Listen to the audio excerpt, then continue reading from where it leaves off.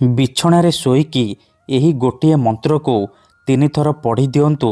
Guarantee ଦେଉଛି ସେ ନାରୀ ରାତି ଦିନ ତୁମକୁ ଫୋନ୍ କରିବ, ଘରକୁ ଡାକିବ, ଯାହା ଚାହିଁବେ ତାହା କରିବ।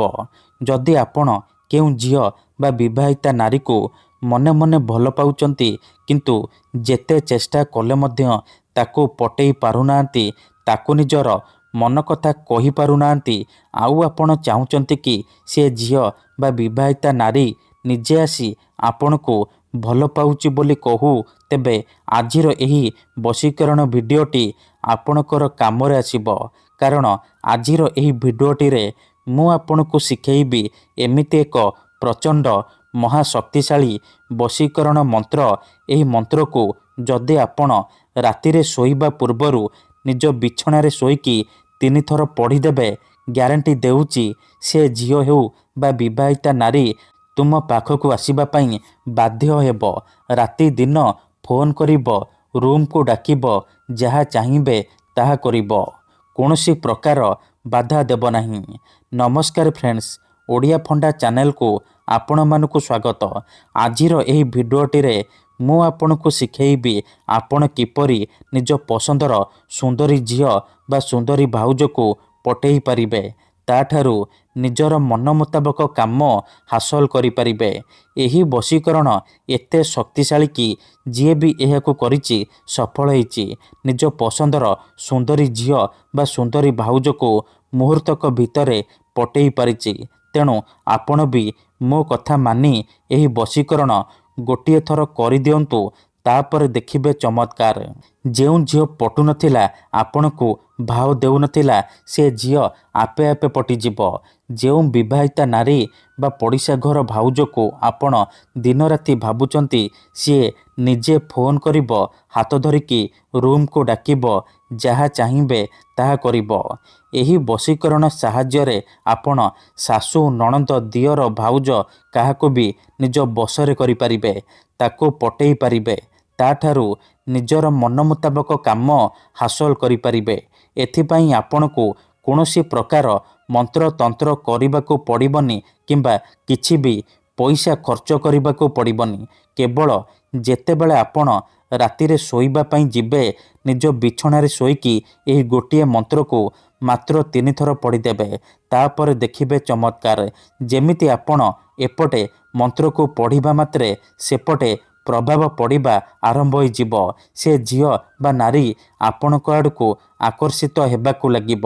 ଯେପର୍ଯ୍ୟନ୍ତ ଆପଣଙ୍କ ପାଖକୁ ଆସିନି, ଆପଣଙ୍କ ସହିତ ସମ୍ପର୍କ ରଖିନି, ସିଏ ଖାଲି ଛଟପଟ ହେବ। ତେବେ ଏହି ବଶୀକରଣ କରିବା ସବୁଠାରୁ ସହଜ। ଏହାକୁ କେହି ବି ଅତି ସହଜରେ କରିପାରିବେ। କିନ୍ତୁ ମୋର ଆପଣମାନଙ୍କୁ ଅନୁରୋଧ କି ମନରେ କୌଣସି ଖରାପ ଉଦ୍ଦେଶ୍ୟ କିମ୍ବା କୌଣସି ଖରାପ କାମ ପାଇଁ ଆପଣ ଏହି ବଶୀକରଣକୁ ପ୍ରୟୋଗ କରିବେନି। ଯଦି ଆପଣ ସତରେ ସେ ଝିଅ ବା ନାରୀକୁ ଭଲ ପାଉଛନ୍ତି, ତାକୁ ବିବାହ କରିବାକୁ ଚାହୁଁଛନ୍ତି, ତେବେ ଆପଣ ଏହି ବଶୀକରଣ ପ୍ରୟୋଗ କରିବେ। ଅନ୍ୟଥା ମନରେ କୌଣସି ଖରାପ ଉଦ୍ଦେଶ୍ୟ କିମ୍ବା କୌଣସି ଖରାପ କାମ ପାଇଁ ଆପଣ ଏହି ବଶୀକରଣକୁ ପ୍ରୟୋଗ କରିବେନି। କାହିଁକି ନା ମାତ୍ର ଥରେ, ଆଜ୍ଞା ହଁ, ମାତ୍ର ଥରେ ଯେଉଁ ଝିଅ ବା ବିବାହିତା ନାରୀ ଉପରେ ଏହି ମନ୍ତ୍ରକୁ ପଢ଼ିଦେବେ, ସିଏ ସେହି ସମୟଠାରୁ ଆପଣଙ୍କ ଆଡ଼କୁ ଆକର୍ଷିତ ହେବାକୁ ଲାଗିବ, ଆପଣଙ୍କର ଗୁଲାମୀ କରିବ, ଆପଣଙ୍କର ସବୁ କଥା ମାନିବ, ଆପଣ ତାକୁ ଯାହା କହିବେ, ଯେମିତି କହିବେ ସିଏ କରିବ।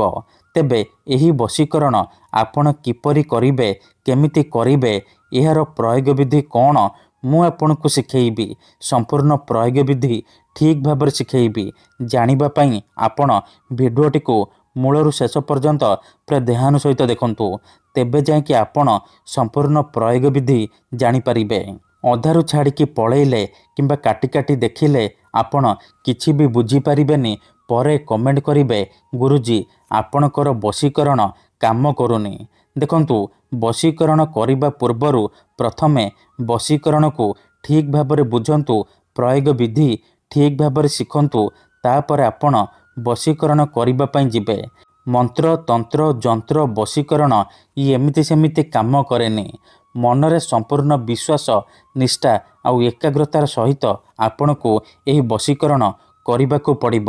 ତେବେ ଯାଇ ମୁଁ ଆପଣଙ୍କୁ ଗ୍ୟାରେଣ୍ଟି ଦେଉଛି ଆପଣ ଯେତେ ସୁନ୍ଦରୀ ଝିଅ ବା ସୁନ୍ଦରୀ ଭାଉଜକୁ ଚାହିଁବେ ନିଜର କରିପାରିବେ। ତେବେ ଚାଲନ୍ତୁ ଜାଣିବା ଏହି ବଶୀକରଣ ଆପଣ କିପରି କରିବେ। ବିଧିଟି ଜାଣିବା ପୂର୍ବରୁ ଯଦି ଆପଣ ଆମ ଚ୍ୟାନେଲକୁ ପ୍ରଥମ ଥର ଆସିଛନ୍ତି ତେବେ ଦୟାକରି ଚ୍ୟାନେଲକୁ ସବସ୍କ୍ରାଇବ୍ କରି ପାଖରେ ଥିବା ବେଲ୍ ଆଇକନ୍କୁ ମଧ୍ୟ ଦବାଇ ଦିଅନ୍ତୁ, ଯାହାଦ୍ୱାରା ଆମେ ଯେଉଁ ବି ଭିଡ଼ିଓ ଅପଲୋଡ଼ କରିବୁ ସର୍ବପ୍ରଥମେ ଆପଣ ଦେଖିପାରିବେ। ମନେ ରଖନ୍ତୁ, ଏହି ବଶୀକରଣକୁ ଆପଣ କେଉଁ ବି ବାରରେ କରିପାରିବେ, କିନ୍ତୁ ଯେବେ ବି କରିବେ ରାତିରେ ଶୋଇବା ପୂର୍ବରୁ କରିବେ।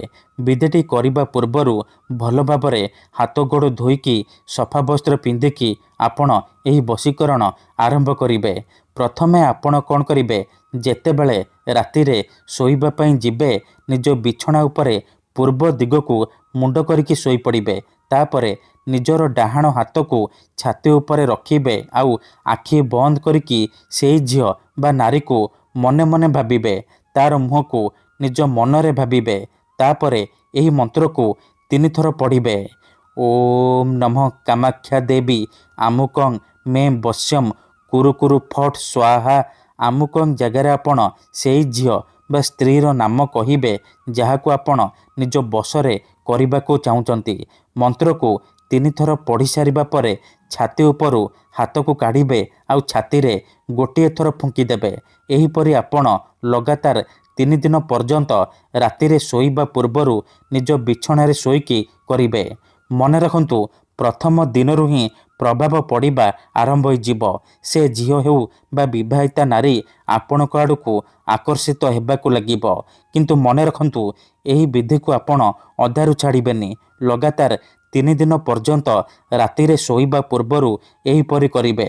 ତାପରେ ଦେଖିବେ କିପରି ସାରା ଜୀବନ ପାଇଁ ସେ ଝିଅ ହେଉ ବା ବିବାହିତା ନାରୀ ଆପଣଙ୍କ ପ୍ରେମରେ ଦିବାନୀ ହେଇକି ରହିବ। ଧନ୍ୟବାଦ।